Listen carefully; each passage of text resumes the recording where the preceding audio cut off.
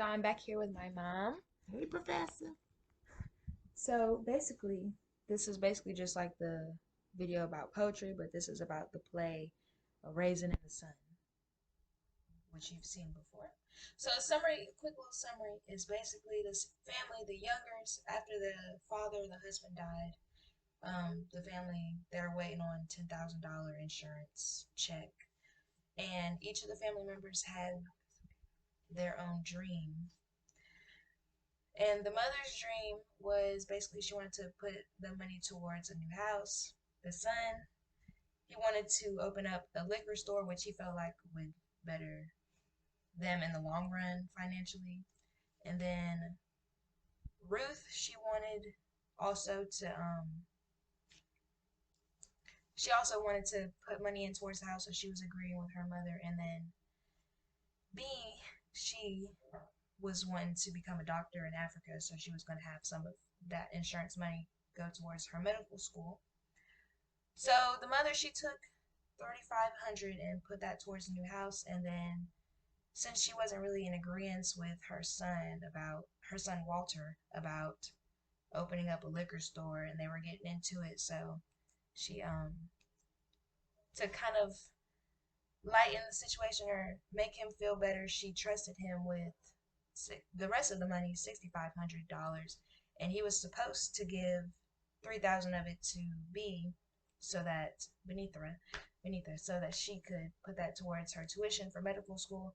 But he ended up investing it all into his liquor store, which then he got it all taken from him. So the whole family was mad about that. And then, so they ended up getting the new house. And then when they got there, a neighbor came and was like trying to pay them to leave because living there, a black family in a white neighborhood, come with a lot of uncertainty, a lot of no safety, no good safety nets for them. So they were trying to pay them to leave, but they refused that offer and they stayed there. But anyways, the theme that I looked at today was basically dreams. So I'm going to perform a little clip, a little passage from the play. And this is from, by the way, for the teacher, this is from page 540, 540 for Mama. And this is what Mama says. Girl, it's 4 minutes turning 20. It'll be about 10. Okay. Rat trap. Yes, that's all this is. I remember it just as well as the day me and Big Walter moved in here. Hadn't been married but 2 weeks, and we didn't plan on living here more than a year. We was gonna set away little by little, don't you know, and buy a little place out in Morgan Park. We'd even picked out the house. Looks right dumpy today, but Lord, child, you should know all the dreams I had to buy that house and fix it up and put me a little garden in the back, and none of it never happened. Okay.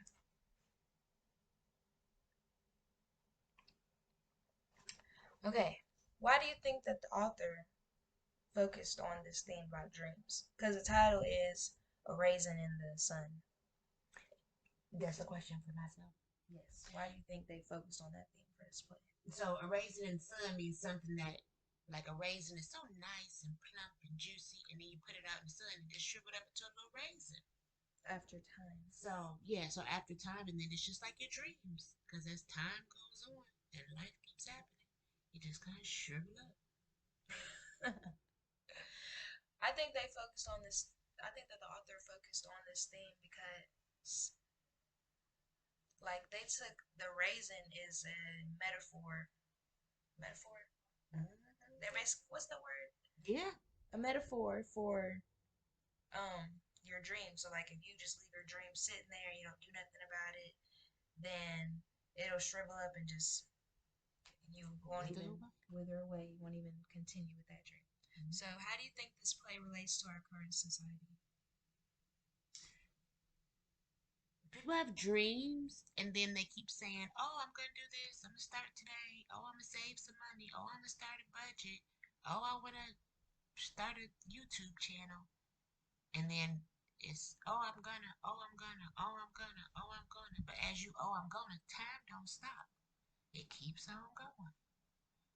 So I think it relates to our current society, especially just being a black family and like black citizens. They're always gonna have to work harder to get to where they want to be. So like whenever they moved into that neighborhood, they weren't safe because they were being kind of like not directly threatened, but they were being threatened to leave or that otherwise they will be hurt by the neighbors who feel threatened by black people living in their community they work so hard to make.